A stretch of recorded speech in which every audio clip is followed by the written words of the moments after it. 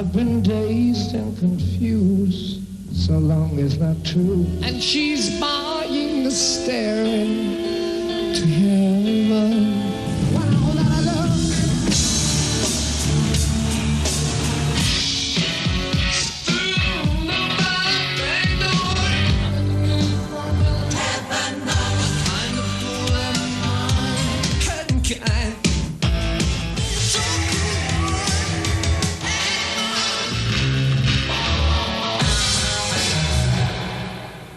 When I was a kid, I used to collect blues records. Blues ain't nothing but an aching old heart disease. I'm still preoccupied with it. It's part of my style, you know. I've developed a vocal style which leans very heavily on the first music that ever got those chills going up the back of my neck, you know. You need cooling, woman, I'm cooling. I'm gonna sing that back to school.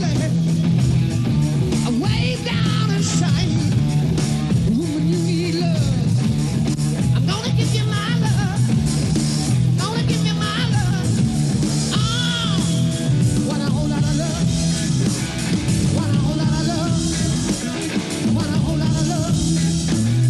Want a whole lot of love. All the people are going about Zeppelin, oh, we want to see Zeppelin again and all that. They would never, ever be able to, it'd take a miracle to recreate what happened then. You know, the kind of cohesion and the marriage between the audience and the music and where the whole thing goes to. It's something very, very special.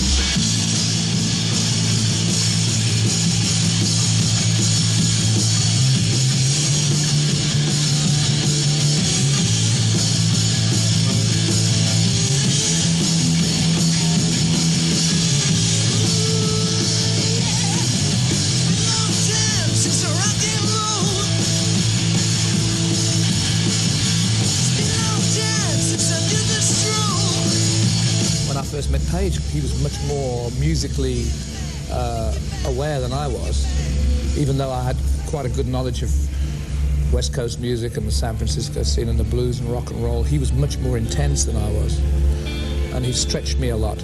There's a lady who's sure all that glitters is gold, and she's buying the staring to heaven.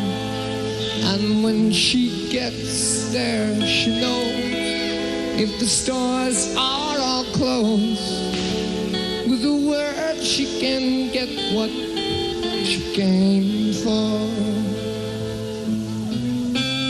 Ooh,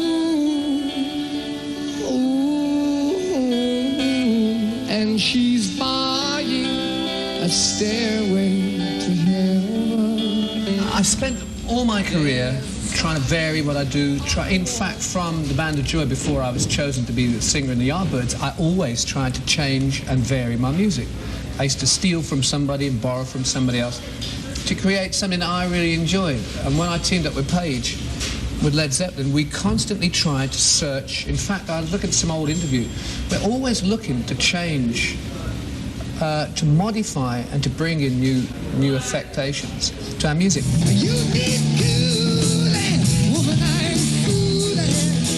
I'm gonna sing that back to school. Woman, way down inside. Woman, you need love. Well, my kids knew about it all the time, but they thought it was all in my name in the first place. But when they found out it wasn't, that's when my kids began to squawking at me about, Daddy, they don't have your name on it. And I thought they was kidding. Because they had did other songs that they had put my name on, which was mine. And I knew this was words of my song, but I didn't know what had happened to it. By the time we got to doing Whole Lotta Love,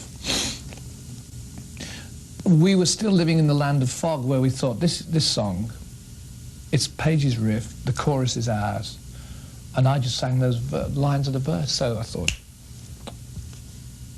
yeah, and Nick stole it, and quite rightly, we should have given the guy credit, and we didn't, you know. And there was some conversation at the time about it. I mean, not a credit on other things. Right? Yeah, it's not a very virtuous situation when you're obviously leaning on the blues so heavily. But you know, conversations took place, and what happened happened, and I'm really glad that it turned out the way it did now.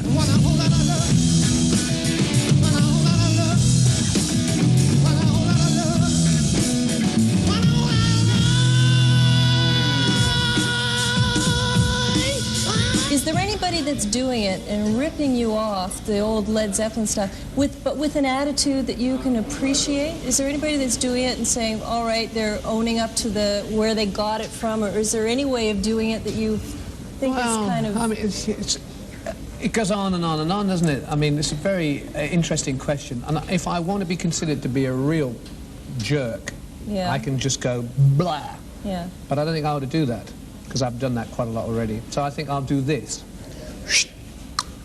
I think Kingdom Come are cute, but I think the singer sounds German. Mm-hmm. He is German. And I think the idea of actually making it mysterious to begin with, as far as the record company promotion went, as to who was actually really playing, was clever, predictable, cute, but very German.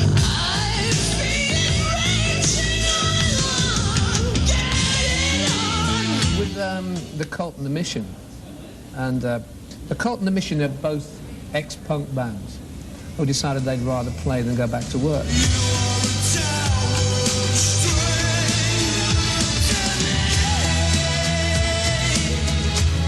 Ian and the boys, is it Ian? Yes. Yeah.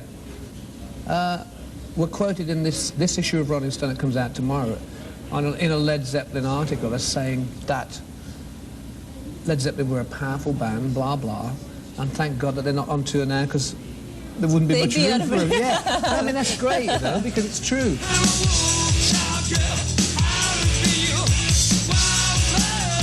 When Page and I ever decided to creak and get the lubricating oil on the joints again, then maybe everybody would, or those guys would be out. But at least they talk about it and say, yeah, we do like what they did, and we do borrow from it.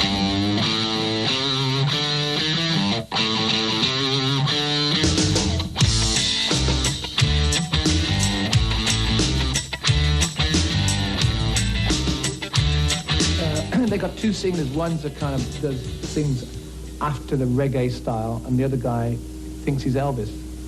And so when they do things like Black Dog, it's the guys are, hey, hey, mom, sit the way you move. I'm gonna make you sweat. I'm gonna make you groove. And then it goes into reggae music. It's fantastic. Black Dog, Black Dog, Black Dog, Black Dog. Hey, mama, sit the way you move. Gonna make you sweat, gonna make you groove.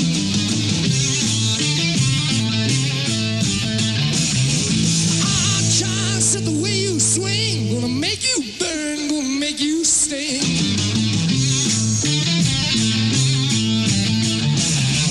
Ah, child, when you walk that way, with your honey drip, I can't keep away. With Led Zeppelin, it wasn't just a band. It was kind of like a way of life. It was a figurehead for so many of the youth of the day. Do you want that responsibility again? You know, it wasn't something perhaps that you wanted to go for, but something that was just, you know, brought about by who you were. Yeah, I think the reason it was like that was because that time dictated that people should look to people and go, are they really wild? Do they really do this and that? Does sparks come out of these little fingers and all that sort of thing? That's changed now, and really the only reason that actually existed was because we had nothing to do with the media, with people like yourself and with the press. So what we encouraged, this atmosphere of, you know, questioning about the band. Heroes are made by saying nothing at all. You know? Right, exactly. Right now, it wouldn't be right, and it wouldn't fit, and it will never ever happen again. Those days were those days and will never be recaptured again? Well, that's or shouldn't be. That's my story. Shouldn't be, but now and again in a little hotel somewhere in Nebraska, maybe it all happens all over again. One night only, back to the wilds.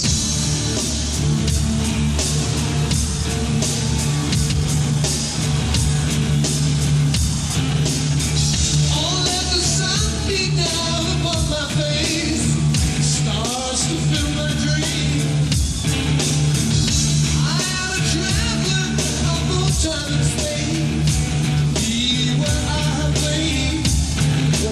to a lot of shows and you run around and you see people still wearing Led Zeppelin shirts and Zepp rules everywhere. Is that, it's probably both, but is it a reflection of how great Led Zeppelin was or what the arena's like now? It's a bit of both, isn't it? Yeah. Does it surprise you? Every day surprises me. But yes, I think, I mean, I haven't been to an arena concert. And I mean, I don't think it's going to upset people that I'm using Zeppelin samples. I should think they'll quite enjoy it, won't they? But maybe it's just the fact that there's nothing much else.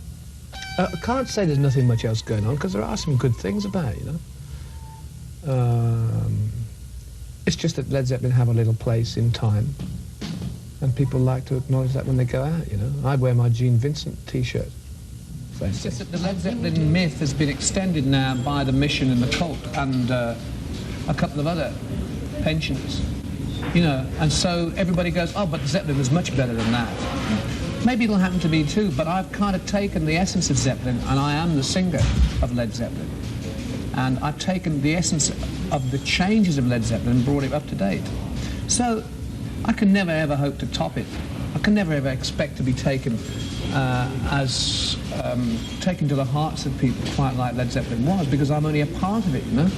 And it was the chemistry, I know that's an old corny 70s saying, but it was the chemistry of four people that made it work. Not me, I was just preening around singing about Over the Hills and Far Away.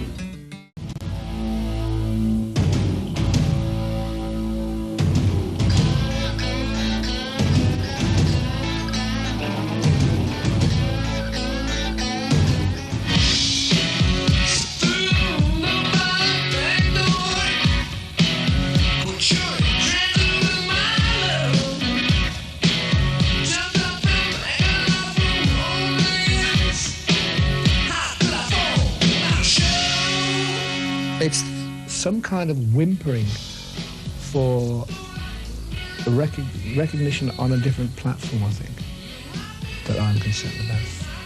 You know, the idea of not having stood still. Once, from the public or from your peers or from... Well, I know from myself that I'm achieving that.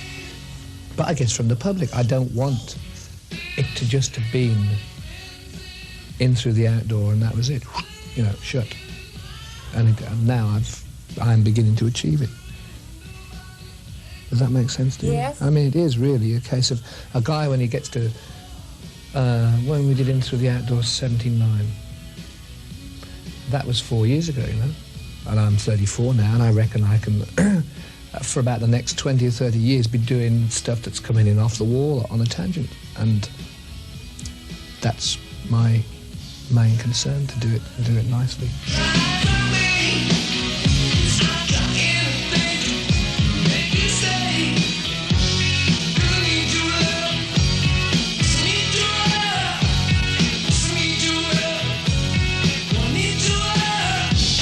Have you always felt compelled to prove yourself? Is that always a thing for you? It isn't a case of proving it. It's a case of achieving it. I don't have to prove it. I just have to achieve it. I mean, achievement and proof are two different things. But it's for other people as much as for yourself. No, it's for myself primarily.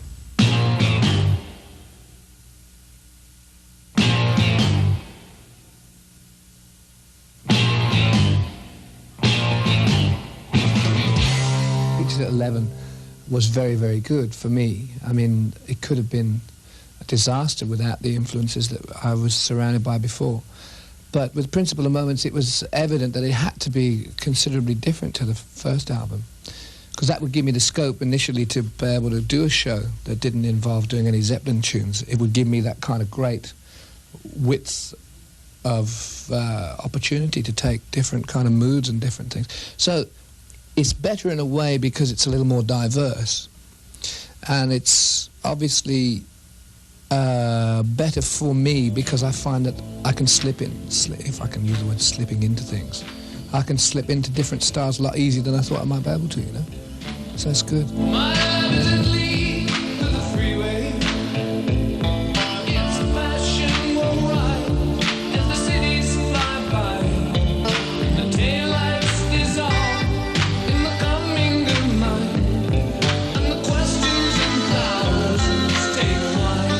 When I was a kid, when I was 19 and I teamed up with Jimmy, I knew nothing about anything, and my whatever talent I got was really rough. And slowly and gradually, I think I've got it into the kind of shape I like. I'm quite at home with. So success then was sort of grabbing and clutching and wishing and wanting and hoping and aspiring. The level which I would sort of wish for success or feel that I was getting somewhere has obviously changed, you know, the whole platform's changed.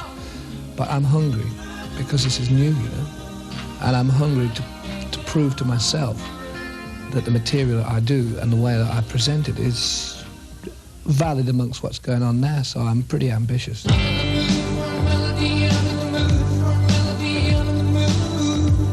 When you say beat or top or improve on Pictures at 11, is that what you feel that you've done with this new album, that you've actually surpassed it? Or oh yeah, it's gone farther, you see. So to me, with sort of my will to inquire and to sort of expand, I think that this has finally got me on the...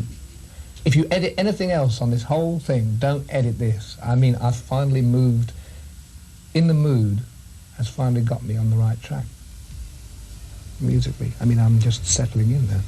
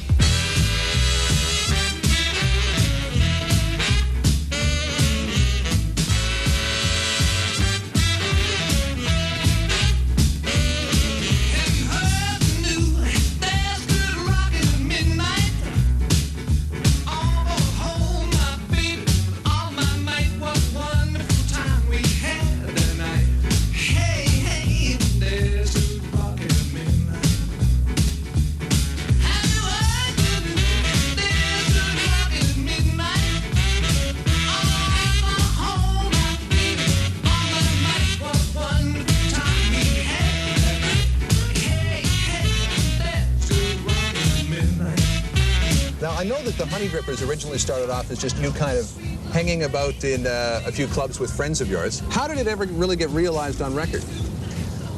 Through the perseverance of the chairman of Atlantic Records, he insisted that I should have a go at doing this again, you know, to do a little bit of the blues in a different form.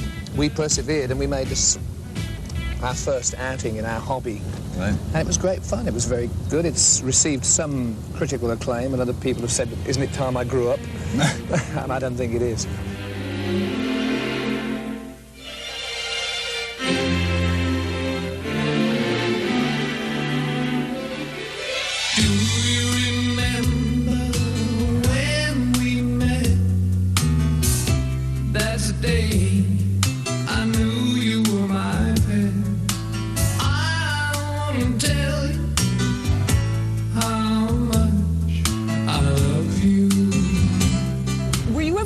Maybe alienating some of the really young fans because the stuff was so much more mellow. Well, I'm not really worried about it.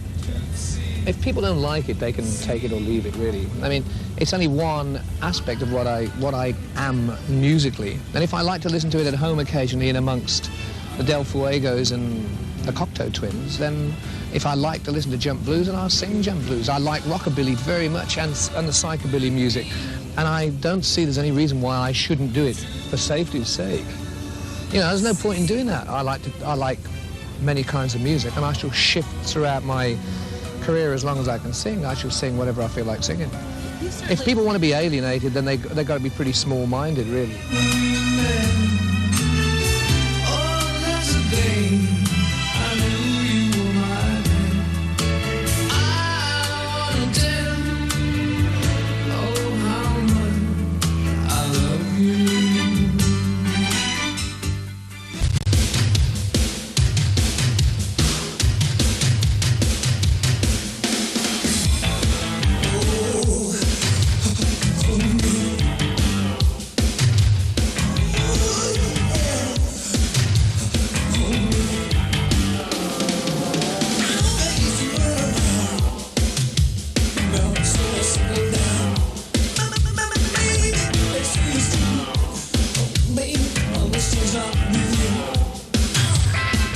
Is so eclectic.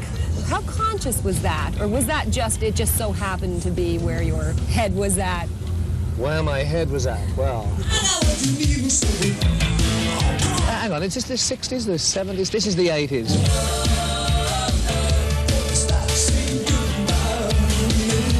I was just in a very good mood.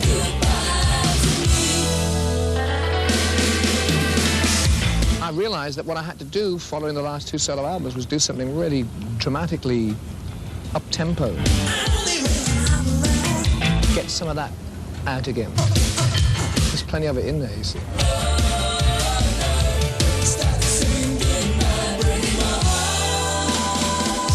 A lot of the lyrics on this new album are not particularly far-reaching, intentionally. I wanted it to be an album which had a lot of rhythms and a lot of punch, and by using Tony Halliday, the girl singer, I wanted to get a different complexion to the record, and that was of primary importance.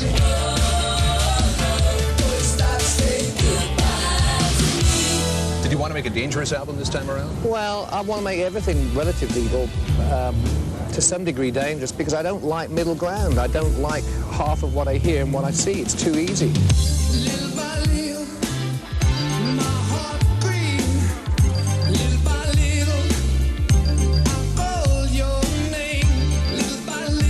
It's like you could make a million versions of Whole Lotta Love and they could still be played, you know? Right. But there's no reason for me to subscribe to that and join the bandwagon. Back of the mirror, your good friend. Talk to the mirror, not play out your own game. Stop in the middle. Friends of mine say, you're so close to cracking it now. One day you'll be a big star. And I don't really, if that's what it takes, then I think I'll stick to being prowling the streets after dark. Little by little, time goes. Little by little, the days pass by. Little by little.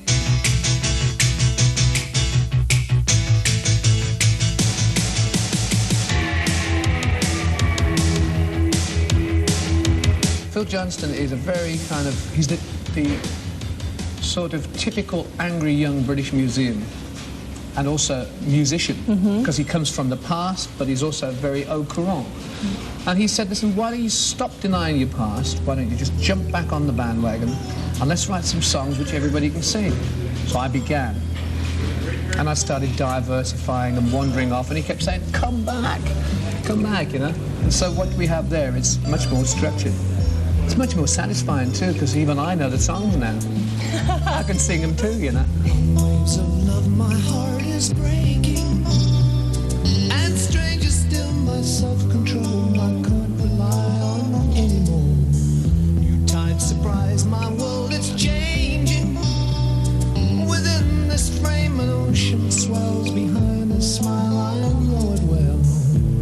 Phil and the rest of the band have been, they've been very incorrigible, and they've really helped me face up to the fact that I did do a lot before, and there's no point in denying what I did and where I came from. And what I should do is utilize it right now in a contemporary form. Bring it slap bang up to date as if it is Led Zeppelin 15, rather than now and then, you know? Yeah. Well, you have stolen from yourself on this record. How does yourself feel about that? Well, I feel that if everybody else is doing it, I can join in, and I can kind of really enjoy it, you know? I don't feel any, see, there's nothing, there is no sanctuary in music, and there's also, you don't have to be so kind of reverent about music. Music and the kind of structure of Led Zeppelin, if you like, was irreverence with the blues. Crazy on a ship of fools. Crazy on a ship of fools. Turn this boat around, back to my loving ground. Oh no, ship of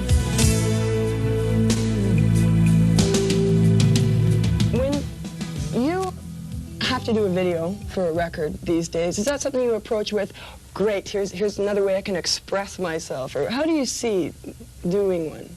Well, I say, great, here's another free holiday. Well, I'll go the week before, so as I get some of the rock and roll wrinkles get brand off in advance, and let's just find these locations, because I always know where I want to go. So let's just find the locations. Then the crew will arrive and we'll have a really good time. And you see, with the Heaven Knows video, I mean, it's very colourful and rich and dramatic, but at the same time it was hilarious to make, because it is so pompous and so kind of... The reason why this can be entertaining or not is because it's over in a flash. Yeah. But a song lives, you know, sometimes for 3 weeks. You know, it depends on how the radio feels about it. But it's there and it's repeated, and if you're going to be successful and if it catches on to the kind of playlist stuff, it's there all day, every day. So you've got to be very careful that you don't come out sounding like a lemon, you know, with a type of thing. You've got to be, if you're going to do that, you've got to make it stick, like I think Tall Cool One makes it stick, because there's enough kind of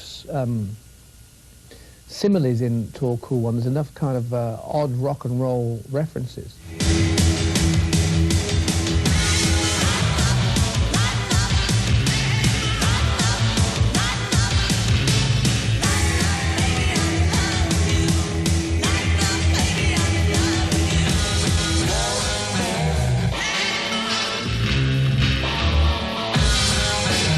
What about sponsorships? You did that Tall Cool One commercial, and well, I wanted to try and broaden my potential public. That's what I do, kind of what I'm after, and so that's what I did. I mean, as a piece of art, it doesn't look too bad, but its motives, maybe, well, I don't know. I can't excuse it because it wasn't. It was an idea of catching the guy who's watching the ball game, who wouldn't go and watch this.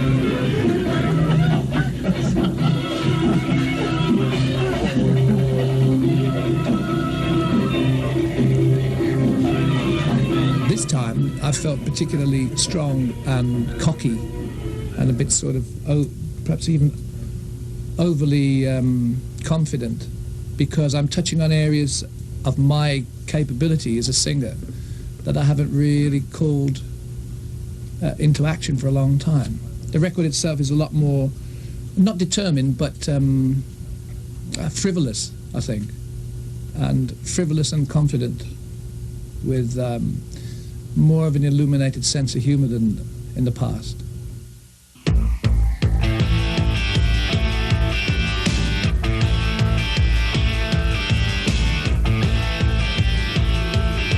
There's no way that Manic Nirvana can be pigeonholed as to being a member of a particular style of music or a particular genre. It's just plantisms. It's part of the extension of Led Zeppelin, really. It's my contribution to Led Zeppelin 10 years later.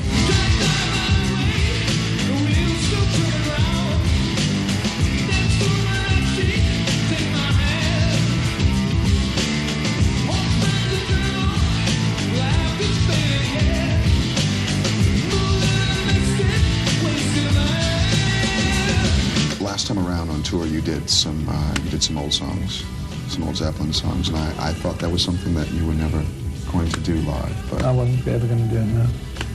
But I just got far enough away from. For me, I had to, you know, it's like a divorce, not a divorce, but it's like a separation which can't be put back. But you have to. It's no good having the picture on the side of the bed of all that you've left. You have to give it, as we say in England, give it neck. Get away, you know.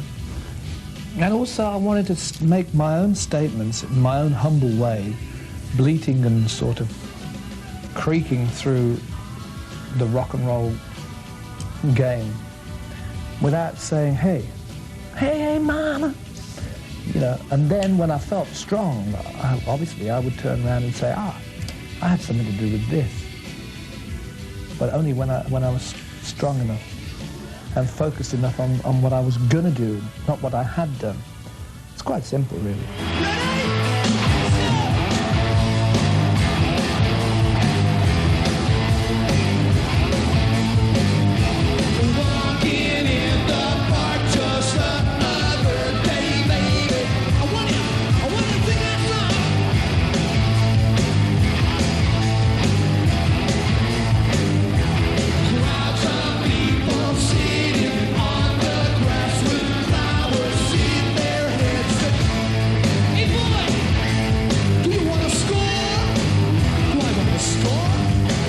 Is something that you sort of dedicated a part of your musical life to interpreting. Well, I've had no choice. It's the most evocative music form that I know, you know, the most spellbinding. And I don't know, the performances that you don't get a great guitar performance from something by Hedgehoppers Anonymous or Nick Kamen, you know, or even Nick Kershaw, but you get it out of Jeff Beck or Jimmy Page or anybody you like playing a solo where you really play it, you know? Well, I sing it like I really sing it. Love is in the stars, love is heaven sent. Press your lips to mine, taste my good intent. Tracks like Nirvana and Hurting Kind, You Must Said You Cried in Your Sleep Last Night, they're as 50s as they are 90s, you know? So it kind of, you get the whole lot. You get the whole of my needs. I can actually express them without having to get different names and violin. There's a line here which I absolutely not for me, thanks. to... I've given it up. No. Artistic temperament is a disease that afflicts amateurs. How so? That's a Phil Johnston line. Continue and read the finish the bit of it. Is that the end of it? That's the end of it. See that? Oh. Look at that. Look, you end it for me. What is it supposed to say? Can you say that again? That's Phil Johnston. The artistic temperament is a disease that afflicts amateurs. It means that if you are a true genius, you don't have any artistic temperament at all. And that's a really stupid way to end. What a daft way. It just means that if you're not careful, you could have a reckless time. And I'm pretty much of an amateur. It's like, it's a bit like sort of a home management course that's gone radically wrong. My whole life has been sort of bouncing off walls and in and out of love and in and out of cars and in and out of incredible experiences. And I guess I'm a glorious amateur.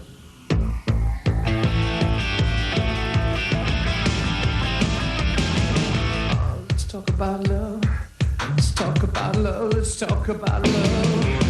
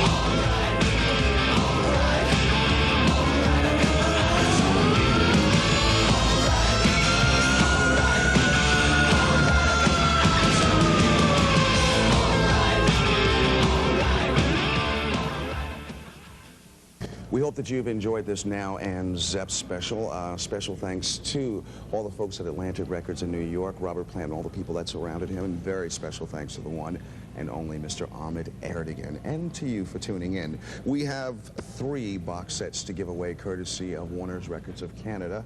If you would like one of the 3 box sets, let us know where the press conference was held in New York City. I'll let you know that much, okay? It was New York City, it was a restaurant. What was the name of the restaurant? Here's the address, and mail the entries as soon as possible to Now and Zepp, 299 West Toronto, Ontario, M5V2Z5. The name of the restaurant that the press conference for the Manic Nirvana album was held in New York City. Thanks for joining us. This has been Now and Zepp. Let us know if you want to see it again.